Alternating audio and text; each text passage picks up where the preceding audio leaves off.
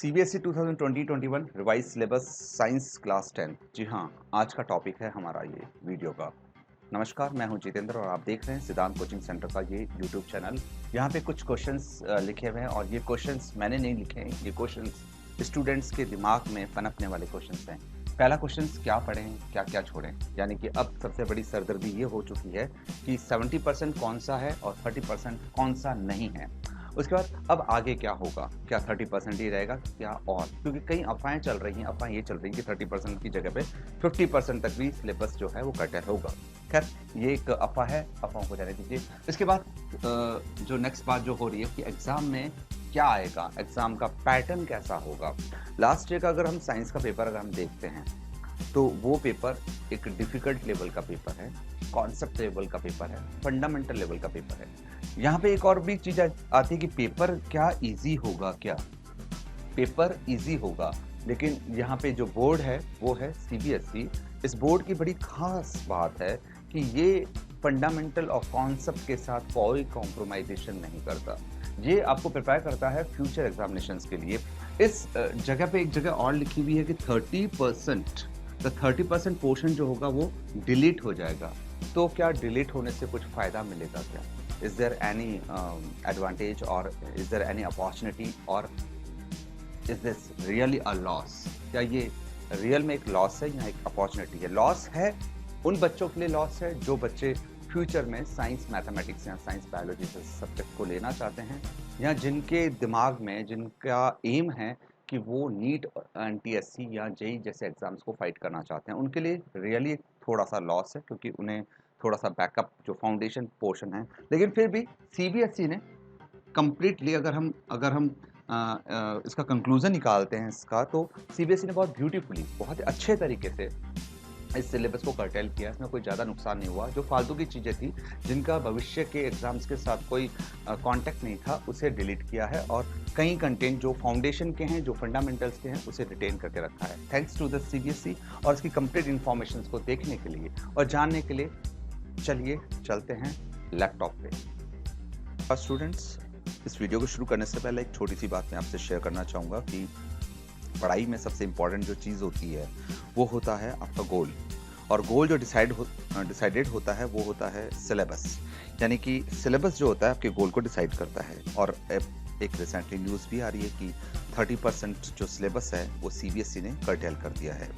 तो क्या है वो 30% सिलेबस जो कर्टेल हुआ है, और क्या है जो 70% सिलेबस जिसे हमें पढ़ना है, और 70% सिलेबस में हमें क्या पढ़ना है, उस 70% सिलेबस में कौन कौन से टॉपिक हमने पढ़ने हैं, और उस 70% सिलेबस में हमारा जो मार्किंग स्कीम होगा या मार्क का वेटेज होगा, पर टॉपिक जो वेटेज होगा वो क्या होगा, ये कंप्लीट इन्फॉर्मेशन आपको ये वीडियो देने जा रहा है। नमस्कार, मैं हूँ जितेंद्र और आप देख रहे हैं सिद्धांत कोचिंग सेंटर का ये यूट्यूब चैनल। तो सबसे पहले बात करते हैं ये रिवाइज सिलेबस जो आपकी स्क्रीन के ऊपर अवेलेबल है। कोर्स स्ट्रक्चर क्लास 10 2020-21 के एग्जामिनेशंस का ये एक पूरा प्लान है एक तरह से। और यहाँ पे ये 80 मार्क्स दिए हुए हैं, यानी कि आपका जो पेपर होगा वो टोटल 80 मार्क्स का होगा।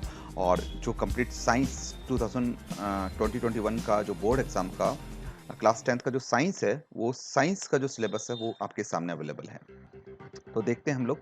सबसे पहले ये यूनिट नंबर है, इस तरह से यहाँ पे ये टोटल 5 यूनिट्स जो हैं वो दी हुई हैं। Unit number 1 2 3 4 5। Unit number first जो है वो है chemical substances, nature and behaviour. ये 26 मार्क्स की है। और ये जो chemical substances, nature and behaviour, ये आपकी कंप्लीट केमिस्ट्री है और इसमें टोटल 5 टॉपिक्स एनसीईआरटी के आपको पढ़ने होते हैं। और अगर हम इसको कंपेयर करते हैं लास्ट ईयर के सिलेबस से, तो ये आपके सामने लास्ट ईयर का सिलेबस है। इस लास्ट ईयर के सिलेबस में, यानी 2020 जो अभी रिसेंटली बोर्ड का जो रिजल्ट आया था, उसमें जो साइंस का पेपर था और जो पेपर से एग्जाम पेपर बना था, उसका ये पूरा कंप्लीट कंटेन है। तो इसमें देखिए दिया हुआ है, फर्स्ट यूनिट जो है वो अगेन केमिस्ट्री की है, 25 मार्क्स की है, जबकि अभी जो रिवाइज्ड हुआ है सिलेबस उसमें ये 26 मार्क्स की है। इसमें पीरियड का एक एडिशनल कॉलम है, जबकि अगर आप इसको नए वाले को देखेंगे इसमें पीरियड मेंशंस नहीं है।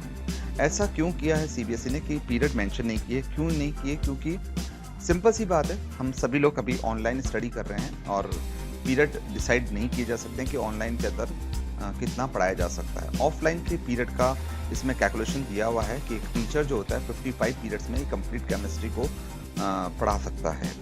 चलिए, तो ये बात हुई केमिस्ट्री की, और केमिस्ट्री में जैसा कि मैंने बताया कि आपके 5 टॉपिक होते हैं। यूनिट फर्स्ट आपकी केमिस्ट्री में आती है। पहला टॉपिक है वो है chemical reactions. Chemical reactions, chemical equations, balanced chemical equations, implications of the balanced chemical equations, type of chemical reactions, और ये कंप्लीट होते होते लास्ट में ऑक्सीडेशन और रिडक्शन है। इस पूरे सिलेबस को पढ़कर किसी ने मुझे ये बोला कि सर कोरोजन और रेंसिडिटी का जो पार्ट है वो डिलीटेड हो गया है। चलिए, अगर ऐसा कुछ है तो हम देखते हैं क्या इसमें रेंसिडिटी एंड कोरोजन है। नहीं, इसमें भी लिखा हुआ नहीं, लेकिन एनसीईआरटी का अगर बुक खोलते हैं हम तो उसमें जो फर्स्ट टॉपिक है उसमें इंक्लूडेड है। तो यहाँ पे एक चीज़ और बन के आ रही है कि ऐसा कुछ नहीं है, ये फर्स्ट टॉपिक जो है वो एज गुड एज है, इसमें कोई भी चीज़ कर्टेल नहीं है। यानी आपको ये टॉपिक जो है वो पूरी तरह से कंप्लीटली आपको स्टडी करना है, राइट। दूसरा लेके चलते हैं एसिड, बेस एंड सॉल्ट। यानी पहला टॉपिक तो क्लियर हो गया कि पहले टॉपिक में कोई चेंजेस नहीं है, आंख बंद करके हम सारी चीजें हम पढ़ सकते हैं। ओके, द सेकंड जो है वो है acid, basis and salts. Acid, basis and salt, ये वाला जो टॉपिक है, इस टॉपिक के अंदर अगर कुछ कर्टेल हुआ है तो यहाँ पे एक पीएच, ये जो पीएच वाला जो पार्ट दिया हुआ है, इसमें से लैब मैनुअल्स के जो क्वेश्चंस बनते हैं उसको डिलीट किया है, यानी प्रैक्टिकल को डिलीट किया है सीबीएसई ने। इसका प्रैक्टिकल पोर्शन नहीं आएगा, लेकिन थ्योरेटिकल जो एनसीईआरटी की बुक में है वो सारा कुछ इसमें कवर्ड होगा। और यहाँ भी देखिए खत्म हो रहा है, प्लास्टर ऑफ पेरिस से स्टार्ट हो रहा है ये देयर डेफिनेशन से। और अभी अगर हम इसको कंपेयर करते हैं तो देखिए देयर डेफिनेशन से ये लास्ट ईयर का सिलेबस है, और ये खत्म हो रहा है प्लास्टर ऑफ पेरिस से। तो यानी कि इस दोनों टॉपिक के अंदर कोई चेंजेस हमको नहीं मिल रहा है, ये हमको बिल्कुल लास्ट ईयर की तरह ही दिखाई दे रहा है। थर्ड टॉपिक जो है मेटल एंड नॉन मेटल्स, और मेटल एंड नॉन मेटल्स में जो पार्ट कर्टेल हुआ है इसे नोट कर लीजिएगा। Properties of the metal and non metals, reactivity series, formations and properties of the ionic compound, यहाँ तक आपको पढ़ना है सिर्फ और सिर्फ। और अगर यहाँ पे अगर हम इसको लेके चलें कि मेटल नॉन मेटल, तो हमारे पास में देखिए क्या क्या चीज़ें आ रही हैं। यहाँ पे आ रही है कि properties of the metal non metal, ये ionic compound, basic metallurgical process, ये ओर्स जो होती थी हमारी, यानी कि मेटल से ओर से मेटल को एक्सट्रैक्ट करने का जो प्रोसेसेस थे, कैल्सिनेशंस और ये सारे प्रोसेसेस जो थे वो डिलीट हो गए हैं। कोरोजन एंड इट्स प्रिवेंशन, ये जो टॉपिक है और ये जो फर्स्ट टॉपिक है, इन दोनों टॉपिक में कोरोजन जो था रिपीटेड हो रहा था, तो यहाँ से ये कोरोजन को डिलीट कर दिया है। लेकिन इस फर्स्ट टॉपिक में कोरोजन और रेंसिडिटी एज गुड एज है। प्लीज कंफ्यूज मत होइएगा कि कोरोजन जो डिलीट हुआ है वो डिलीट ही हो गया, नहीं। यहाँ पे आपको कोरोजन को पढ़ना है, लेकिन यहाँ पे आपको कोरोजन को नहीं पढ़ना है। आपको प्रिवेंशन मेथड्स नहीं पढ़ने, लेकिन कोरोजन क्या है, रेंसिडिटी क्या है, ये सारी चीज़ें आपको पढ़ लेनी है, राइट। तो यानी कि हमारे इसमें से ये कोरोजन वाला पार्ट मेटल नॉन मेटल में से डिलीट हो गया है। फर्स्ट दो टॉपिक में से डिलीट जो हुआ कुछ भी नहीं हुआ, सिर्फ इस वाले टॉपिक में से जो डिलीट हुआ था वो डिलीट हुआ था केवल प्रैक्टिकल वाला पार्ट, और इस वाले पार्ट में से जो थ्योरेटिकल वाला जो पार्ट डिलीट हुआ है वो सिर्फ थोड़ा सा डिलीट हुआ है। कार्बन एंड कंपाउंड, ये बहुत ही बड़ा दांसू ऑर्गेनिक केमिस्ट्री का टॉपिक था, बहुत ही बड़ा वास्ट टॉपिक था और काफ़ी डिफिकल्ट भी था, बच्चों को काफ़ी डिफिकल्ट भी लगता था, लेकिन एक इंटरेस्टिंग टॉपिक था। इसको थोड़ा बहुत कर्टेल किया है। और अगर हम यहाँ पे देखते हैं कार्बन कंपाउंड को, तो ये शुरू हो रहा है और ये शुरू होता जा रहा है। देखिए कितने लाइन से बना, 1 2 3 4 5 6, यानी कि इसमें कितने सारे कंटेन हैं, यानी कि यहाँ सैचुरेटेड और अनसैचुरेटेड हाइड्रोकार्बन्स लिखा हुआ है। और अगर मैं यहाँ पे देखूँ तो यहाँ हाइड्रोकार्बन्स जो थे वो गायब हो चुके हैं। होमोलोगस सीरीज और कोवेलेंट बॉन्डिंग, ये सब चीज़ें बस सब 2-3 कंटेन पढ़े हैं जो आपको पढ़ने हैं।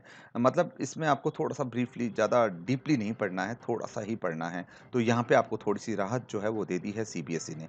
पीरियडिकल क्लासिफिकेशन ऑफ एलिमेंट्स, वैसे भी ये जो टॉपिक होता है सीबीएसई के अंदर बहुत कम, 3 नंबर से ज़्यादा इसके क्वेश्चंस नहीं आते हैं, लेकिन काफ़ी इंपॉर्टेंट टॉपिक है। फ्यूचर के नज़रिए से अगर हम देखें तो काफ़ी इंपॉर्टेंट है। और अगर हम यहाँ पे देखते हैं periodical classification, non metallic properties यहाँ पे जगह ख़त्म हो रहा है, और यहाँ पे भी अगर हम देखें तो ये नॉन मेटेलिक प्रॉपर्टीज़ पे ख़त्म हो रहा है, नीड फॉर क्लासिफिकेशन से ये स्टार्ट हो रहा है। और अगर हम लास्ट ईयर में देखें तो ये भी नीड फॉर क्लासिफिकेशन से स्टार्ट हो रहा है, यानी कि पीरियडिक क्लासिफिकेशन जो फिफ्थ जो टॉपिक है उसमें कोई भी चेंजेस नहीं आया है। तो ये कंप्लीट केमिस्ट्री का सिलेबस आपके सामने है।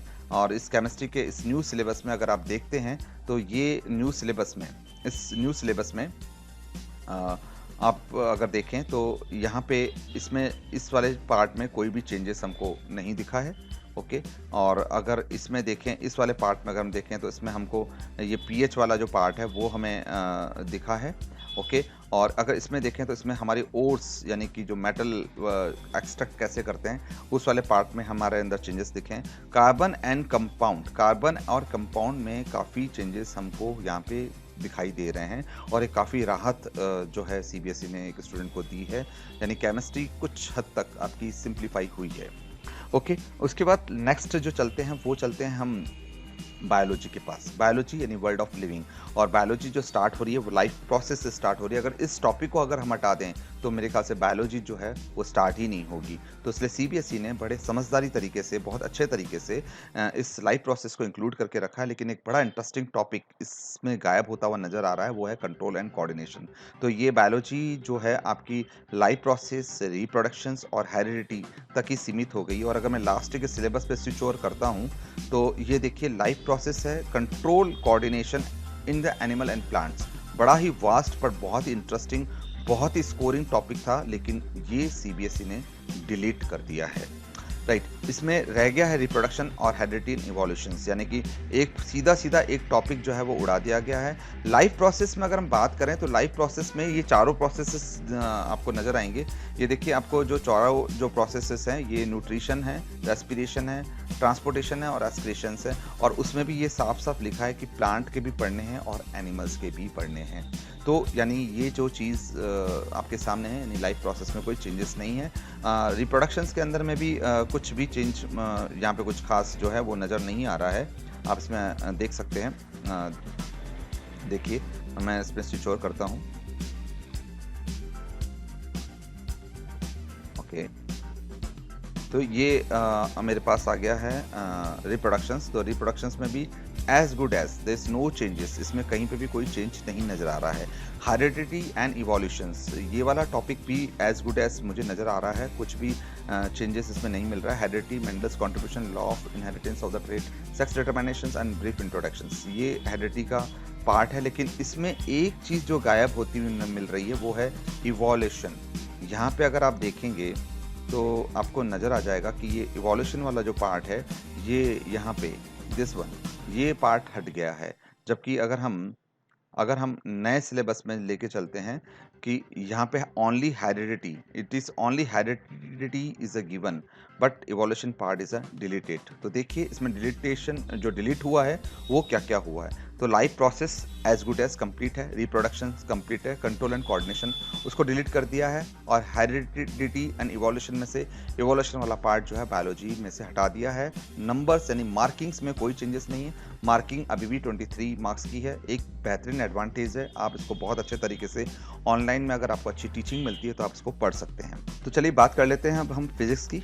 फिजिक्स नेचुरल फिनोमेनाज हैं और यूनिट 3 से आपकी फिजिक्स स्टार्ट होती है। और यहाँ पे जो ये जो पार्ट दिया हुआ है, ये लेटेस्ट जो अभी रिवाइज सिलेबस का मैं आपको ये सामने स्क्रीन के सामने पार्ट जो है वो शो हो रहा है। इस पूरे पार्ट के अंदर जो चेंजेस आपको मिल रहा है तो ये आपको कंपेयर करना होगा लास्ट ईयर के साथ। लास्ट ईयर का जो सिलेबस है इसमें नेचुरल फिनोमेना दिया हुआ है, और बेसिकली अगर नेचुरल फिनोमेना यानी जो लाइट का जो टॉपिक है उसके अंदर जो फिनोमेनास होते हैं वो फिनोमेनास बेसिकली 4 टाइप के होते हैं। तो पहला फिनोमेना ये रिफ्लेक्शन आपको कम्प्लीटली पढ़ना होता है, रिफ्लेक्शंस आपको कम्प्लीटली पढ़ना है, रिफ्रैक्टिव इंडेक्स यहाँ पे आपको कम्प्लीटली पढ़ना है, और इसके साथ साथ में डिस्पर्जन भी दिया हुआ है, स्कैटरिंग भी आपको दिया हुआ है। ये 4 टाइप के फिनोमेनास हैं जो आपको स्टडी करने होते हैं, यानी आपको प्रिज्म पढ़ना है, आपको डिस्पर्जन पढ़ना है, आपको स्कैटरिंग ऑफ द लाइट पढ़ना है। इसके बाद आपको इसमें कुछ फॉर्मूलाज दिए हुए हैं और इसमें साफ साफ लिख दिया है कि डेरिवेशन इज नॉट रिक्वायर्ड।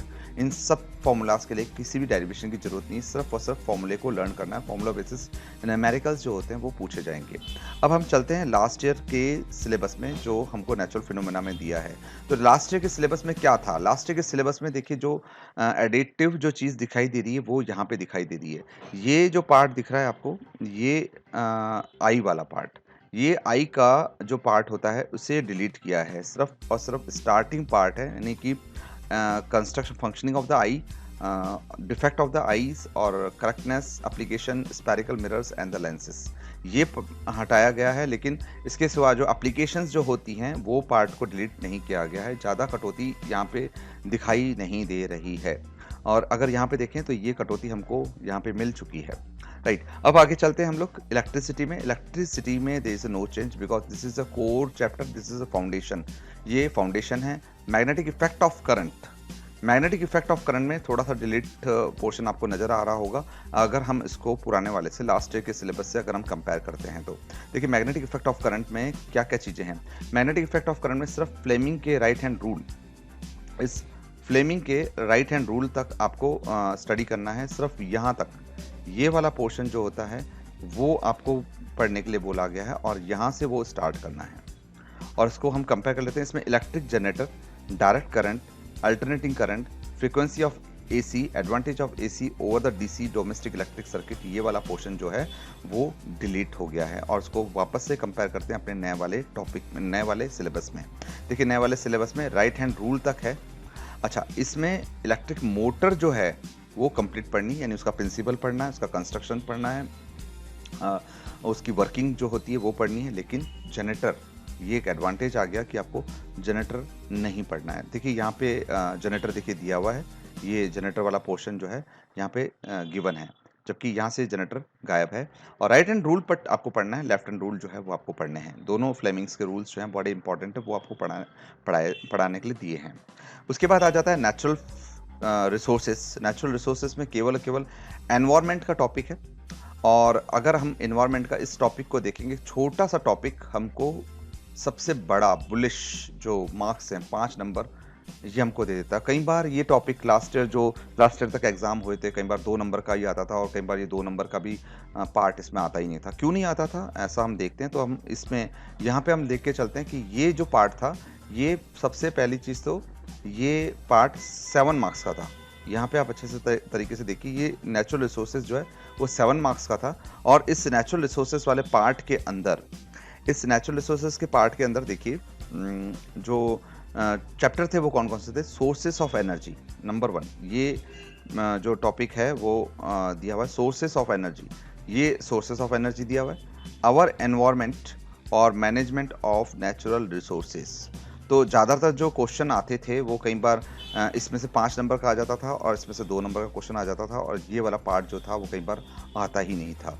तो ऐसा रहा हमेशा। लेकिन इस बार अगर हम नए सिलेबस में बोलें तो ये एक बोनंजा है, ये आपके लिए एक एक्स्ट्रा बेनिफिट है कि आप एक 2 या 3 दिन में तैयार हो जाने वाले टॉपिक जिसका नाम है एनवायरनमेंट, तो आप इसको बहुत अच्छे तरीके से तैयार कर सकते हैं। तो इसी ने कुल मिला के एक जस्टिफाइड रोल जो है वो प्ले किया है और काफ़ी रिलैक्सेशन स्टूडेंट को दिया है।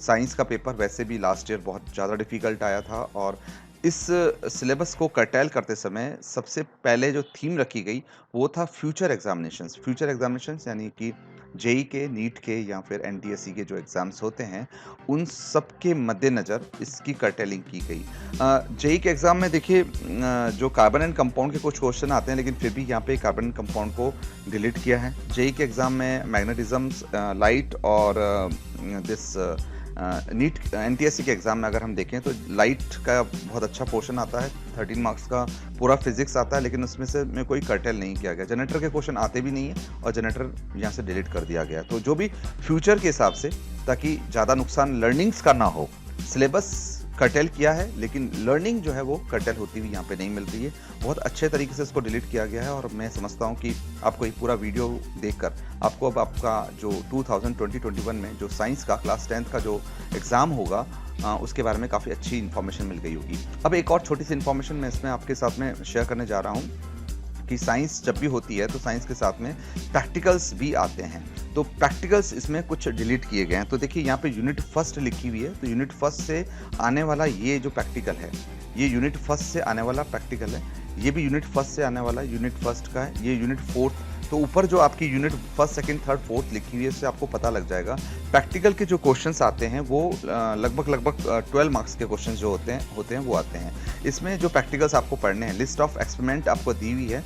एक्सपेरिमेंट 1, 2, 3, 4, 5, 6, 7, 8, 9, ये टोटल 9 एक्सपेरिमेंट की स्टडी आपको करनी है, उसी का ही जो होता है। अब सबसे बड़ा क्वेश्चन ये है कि ये प्रैक्टिकल्स तो हैं, पर प्रैक्टिकल्स करने जाएँगे कहाँ? स्कूल तो अभी भी बंद है और लॉकडाउन अभी भी स्कूल का चल रहा है, कंटिन्यूड है।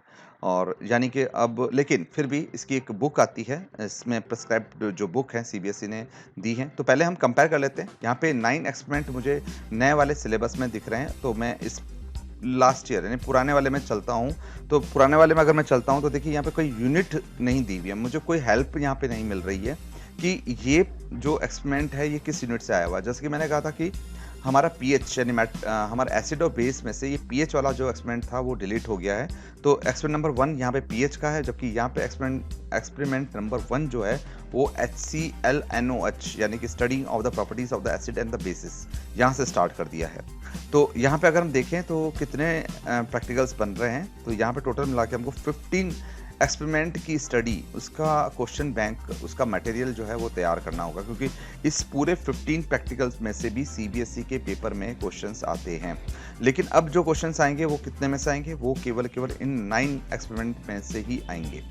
प्रिस्क्राइब्ड बुक, नेक्स्ट हमारा टॉपिक है प्रिस्क्राइब्ड बुक।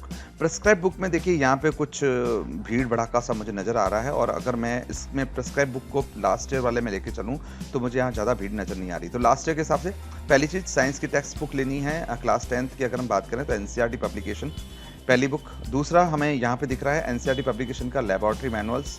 उसके बाद ये एग्जाम्पलर, ये भी एनसीईआरटी पब्लिकेशन, यानी कंप्लीट एनसीईआरटी पब्लिकेशन की हमको टोटल 3 किताबें लास्ट ईयर खरीदनी होती थी। अब नेक्स्ट इस साल यानी इस रिवाइज्ड सिलेबस में क्या तब्दीलियाँ हुई हैं?